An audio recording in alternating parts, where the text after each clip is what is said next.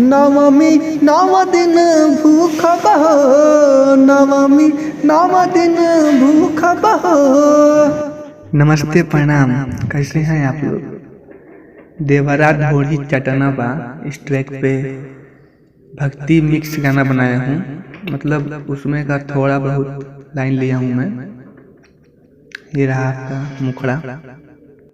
ओसो परब नहीं चूकब हो, ओसो परब नहीं चूकब हो।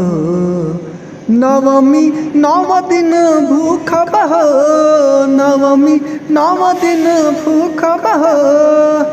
रखी है ध्यान नहीं सुख बहो, रखी है ध्यान नहीं सुख बहो। नवमी नव दिन भूख बहो, नवमी नव दिन भूख बहो। और दूसरा मुखड़ा, प्यार में तोहरा पिटाइल बनी घर से, इस ट्रैक पे विदाई सॉन्ग है, देवी गीत। ये रहा आपका मुखड़ा। करी विनती माई बिसोनो जोड़ के, करी विनती माई बिसोनो जोड़ के।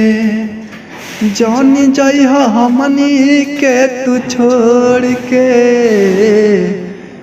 ना तो मोर जाइब माथा दर फोड़ के, ना तो मोर जाइब माथा दर फोड़ के। जानी जाइ हमनी के तू छोड़ के।